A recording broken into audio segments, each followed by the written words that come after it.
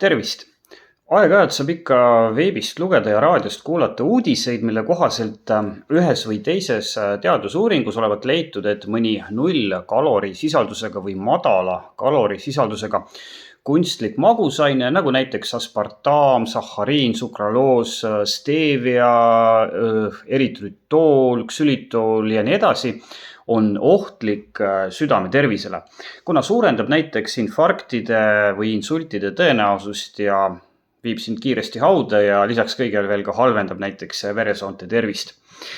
Kui ma mõnda sellist uudist loen, siis ma otsin seepeal üles originaaluuringu ja tavaliselt on tegemist närilistel läbi viidud uuringuga ja ma üldiselt natukene need lihtsustan ja üldistan, aga tavaliselt antakse hiirtele magusaineid ebarealistlikult kõrgetes kogustes ja mõnikord teadlikult ülikogustes, et näha, mida see nende organismiga teeb ja kuidas see nad maha tapab.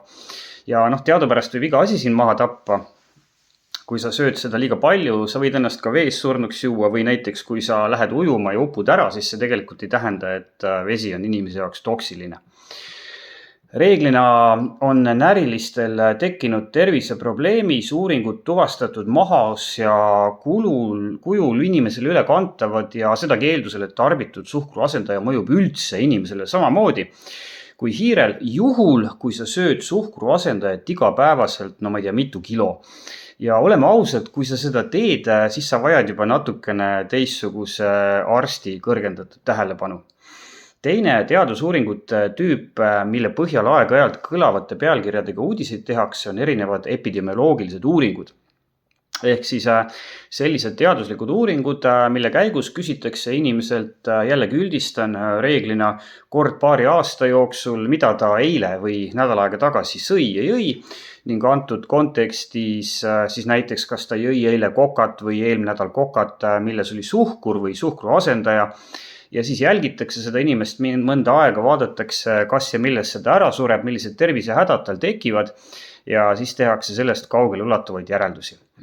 Üldiselt ei peeta selliseid uuringuid ja nende leide väga väärtuslikuks, sest neil on väga tõsiseid probleeme, mille peale sa kindlasti juba isegi tuled.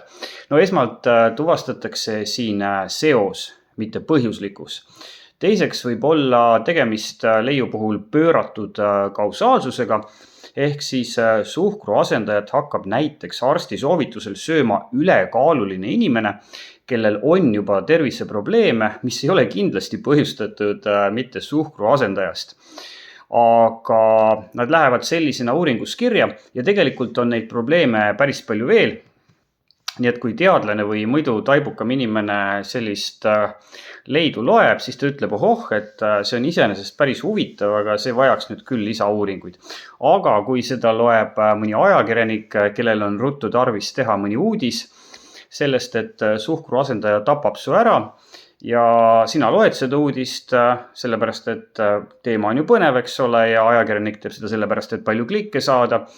Ja sa võib-olla ei viitsi seda originaaluuringut välja otsida, et aru saada, mis tegelikult seal väideti või millega tegemist on ja sa oled saanud vale infot ja sellel võib olla su tervisele pikaajaliselt negatiivseid mõjusid. Ma hästi natukene räägin veel erinevatest teadusuuringutest ja siis ma jõuan päris asjani ka. Uuringute kuldseks standardiks peetakse juhuvalimil põhinevat platseebo kontrollitud uuringut ehk RCT-d. Seda, kui sa võtad kokku eelnevad samas vallas tehtud teadustööd, eelistatavalt RCT-d, nimetatakse metaanalüüsiks ja kui sa üritad varasemaid uuringuid võrrelda mitte üks ühele, vaid neid ja nende tulemusi pigem nagu analüüsida ja kokku sobitada, siis on tegemist teadusliku või süsteemse ülevaate või analüüsiga. Ja täna ma räägin sulle asjast nimega Umbrella Review, mida kutsutakse Eesti teadusajakirjanduses tavaliselt süstemaatiliste ülevaadete ülevaateks. Ja vahest harvemini ka vihmavari ülevaateks ja mis on siis nii-öelda tippude tipp ehk koondab eneses süstemaatilisi ülevaateid ja metaanalüüse. See heas mõttes teaduslik monstrum, millest ma täna räägin, on siin ja sellega sooviti kindlaks teha, miks siis ikkagi on nii, et mõned teadustööd ennekõike epidemioloogilist tüüpi näitavad, et 0 kalorisisaldusega ja madala kalorisisaldusega suhkruasendajate tarvitamine on südame tervisele hullult kahjulik. Samas kui teised uuringud, ennekõike erinevad RCT-d ja heal tasemel metaanalüüsid näitavad neutraalset või isegi positiivset mõju. Ja mis on siis meie tegelike tänaste teadmiste põhjal nii-öelda tõde? Uurimistöösse kaasati 6 RCT põhist ja 5 epidemioloogilistel uuringutel põhinevat ülevaadet või metaanalüüsi ja nende puhul tehti veel eraldi 2 analüüsi. Ühte nimetasid uurijad ise naiivseks või lihtsustatud analüüsiks ja teist kallutatust vähendavaks analüüsiks. Ehk siis tehislike suhkruasendajate südame mõju vaadeldi teisel juhul nii, et võeti arvesse neid faktoreid, mis tavaliselt meile arusaadavalt tulemusi moonutavad. Ja minu hinnangul tegid tegelikult uurijad väga head tööd, et selgitada välja suhkruasendajate tegelik mõju südame tervisele. Ja kui sind huvitab, kuidas nad seda täpselt tegid, milliseid meetodeid nad kasutasid, kogu see peenmehaanika, siis viit on pildikasti all. Aga siin meie sinuga selle teemaga väga süvitsi ei lähe, peamiselt oma vaimse tervise huvides, vaid vaatame pigem, mis siis leiti. Juhuvalimil põhinevaid platseebo kontrollitud uuringuid vaadates on näha, et 0 kalorisisaldusega või madala kalorisisaldusega suhkruasendajad vähendasid energiatarbimist, kehakaalu ja rasvamassi nii lihtsustatud analüüsis kui ka kallutatust vähendavas analüüsis. Aga kehamassiindeks ja süstoolne vererõhk langesid ainult kallutatust vähendavas analüüsis. Ehk siis isegi paljudes RCT-des on need suhkruasendajate positiivsed toimed olnud seni peidetud. Üks oluline asi, mis mulle RCT-de puhul kohe silma torkas, oli see, et glükohemoglobiini taset, mis on oluline marker diabeedi kontrolli all hoidmisel ja ennetamisel, suhkruasendajad küll parema tasemega analüüsis langetasid, aga tegid seda vähem kui vee tarbimine, mis on tegelikult oluline leid esmalt seetõttu, et kunstlikud magusained siiski alandavad antud näitajat.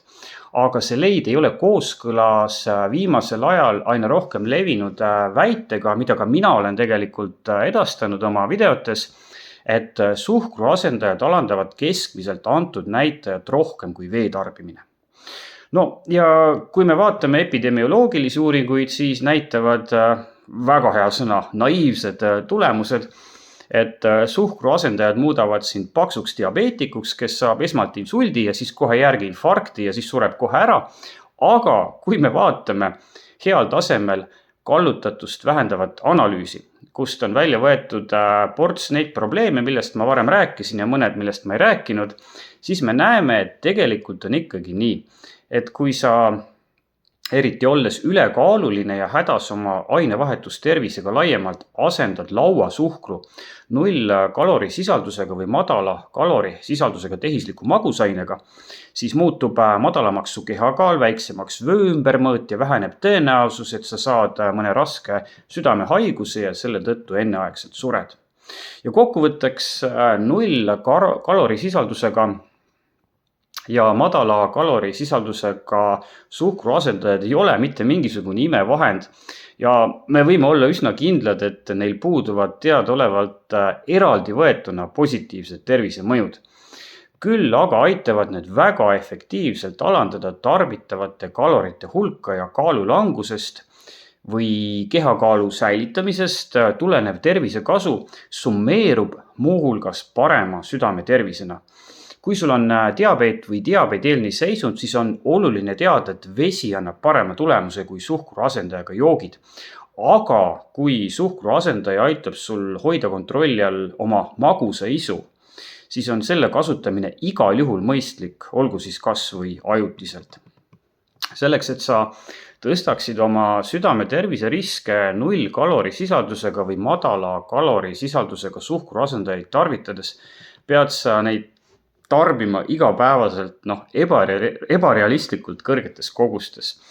Ja seega ei ole sul tegelikult absoluutselt mitte mingisugust mõtet ega põhjust muretseda, kui vahest tekib tahtmine ära juua mõni aspartaamiga magustatud koola või pista põske eritrittooliga magustatud valgupatoon. See on täiesti okei. Ja kui sa loed jälle mõnda pealkirja stiilis suhkruasendajad tapavad su maha, siis sa tead nüüd, et tõsiselt võetava teaduse tegemisega saadud tulemused on tegelikult hoopis vastupidised. Jõusaalis näeme!